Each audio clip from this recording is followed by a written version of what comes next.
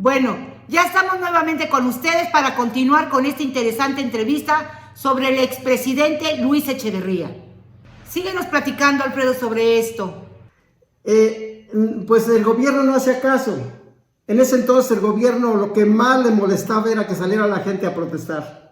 Así es que lejos de tener una solución o de castigar a los policías, aventaron a los granaderos para golpearlos nuevamente y hubo muchas golpizas de estudiantes por todos lados. Entonces aquello fue creciendo, Irene, y con el paso del tiempo, las preparatorias, todas las de la Ciudad de México, se unieron a las vocacionales y salieron más estudiantes a protestar, tanto de las preparatorias como de las vocacionales.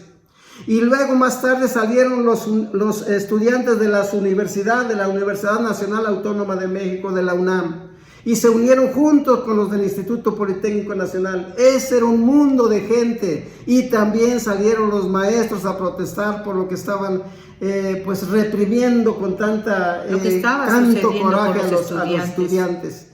Y así pasó, Irene, así fueron las manifestaciones. Hubo muchas marchas, hubo varias marchas grandes, Irene, grandes las marchas, y eso al presidente Díaz Ordaz no le gustaba. Él era una persona dura, era una persona recia. Clásico del poder. Sí, en ese entonces era el todopoderoso en México. Salieron las marchas y todas las marchas iban por insurgentes desde la UNAM hasta Reforma. Hubo una marcha la penúltima marcha en la que yo también estuve, que fue del Auditorio Nacional al Zócalo.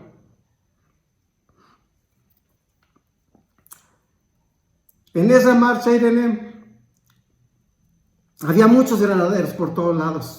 Todo lo que era Paseo de la Reforma por los lados estaba lleno de granaderos. Y los granaderos no eran otra cosa más que golpeadores, sí, para reprimir a los estudiantes.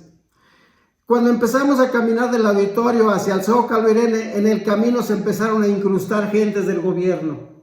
Judiciales disfrazados, judiciales de civil, militares de civil, y mucha gente que estaba incrustada ahí. Y esos incrustados empezaron a romper los vidrios de los negocios. Esto lo hacían para que el pueblo, para que la ciudadanía le agarrara coraje a los estudiantes. Así es, y dejara de apoyar. Sí. Entonces hubo destrozos en el camino, pero no por los estudiantes, era la gente que estaba incrustada. Y nuestros líderes en ese entonces, Irene, que eran varios líderes fuertes que había, nos decían: no respondan a las provocaciones, muchachos, manténganse así, váyanse callados, en silencio, no respondan, para que no se dieran más violencia. Más violencia.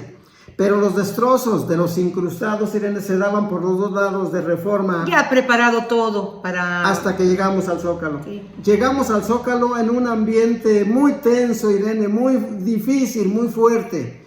Y todos temíamos que allí el gobierno nos fuera ¿cómo se dice? A encerrar. Así es. Que nos fuera a bloquear las calles y que nos fueran a golpear o a detenernos. Afortunadamente no fue así, Irene. Nada más nos sacaron algunos tanques con agua para repelernos con tanques, como los bomberos. Sí, con la fuerza del agua. Ajá, y nos sacaron con el agua, los chorros de agua. Muchos compañeros y compañeras caían por los chorros del agua porque tienen mucha fuerza.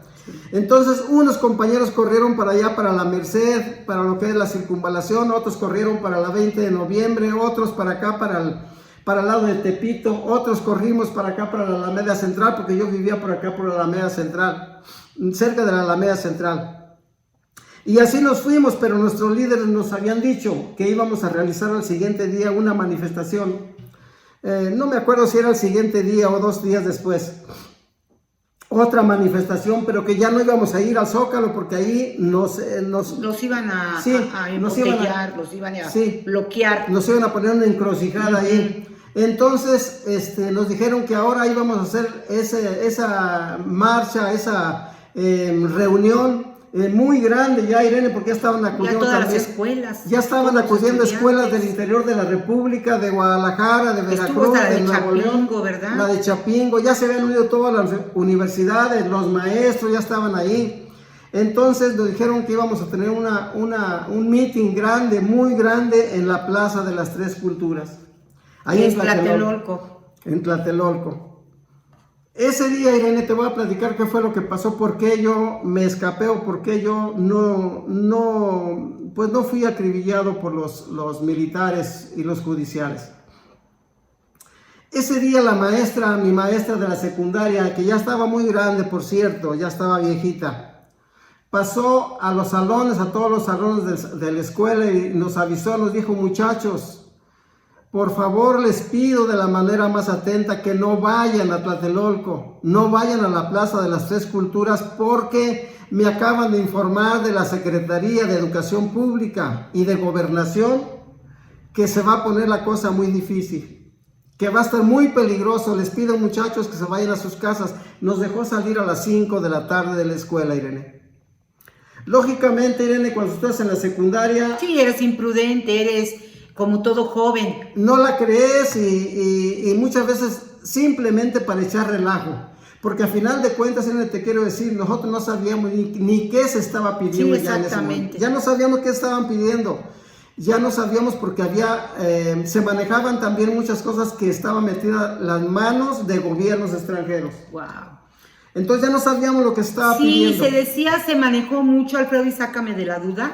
Se manejó mucho que este movimiento se hizo porque querían estropear los Juegos Olímpicos del 68.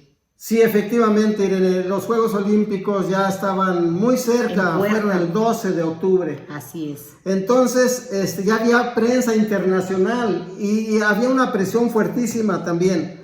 Entonces, ese día que la maestra nos dio oportunidad de salir, nos dejó salir a las 5 de la tarde. Yo me fui para mi casa porque yo tenía mucha tarea pendiente. Yo estaba muy atrasado con mis tareas y me fui a mi casa para ponerme al corriente ese día que me dejaron salir temprano. Muchos de mis compañeros, sí, se fueron como unos 15 o 20 compañeros a echar relajo prácticamente. Y se fueron, pero como te digo, muchos de ellos ya no regresaron, Irene, ya no los vimos a ver. No tuvieron la suerte que tú tuviste. No, Irene. Cuando yo me fui a mi casa, yo llegué a mi casa como a las 5:30 llegué a mi casa, porque yo vivía a 3 cuadras de la escuela. Yo vivía en la calle Sor Juana Inés de la Cruz, número 118, en la casa del agrarista. Ahí vivía yo con mi tío y mi hermano. Entonces llegué ahí, era una casa muy grande, tenía una azotea. Entonces yo cuando llegué, en lugar de ponerme a estudiar, me subí a la azotea para ver cómo se veía el ambiente para Tlatelolco. Y resulta, Irene, que lo primero que vi fue que andaban muchos helicópteros arriba de Tlatelolco, en la unidad de Tlatelolco. Había muchos helicópteros volando.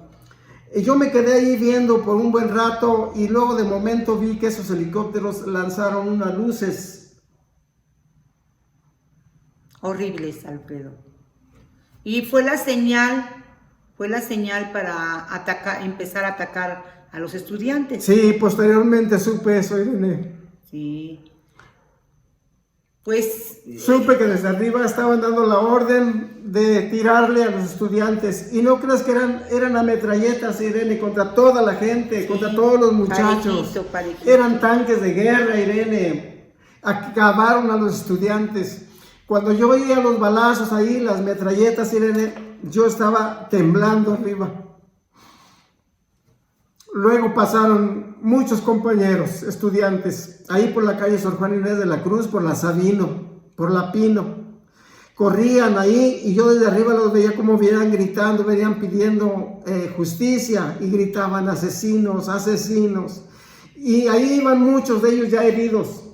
Ellos iban rumbo a la normal de maestros, Irene, a que estaba atrás de donde yo vivía. ¿Por qué? ¿Porque se querían refugiar o por qué? Sí, ellos iban a la normal de maestros para esconderse, para refugiarse, pero ya muchos de ellos iban heridos. Ahí enfrente de la casa quedaron varios muchachos tirados. Y otros llegaron a la normal de maestro y desde adentro de la escuela normal estaban gritando asesinos, asesinos, mataron a nuestros compañeros. Vamos a otra pausa para continuar con el tercer y último bloque de esta interesante entrevista.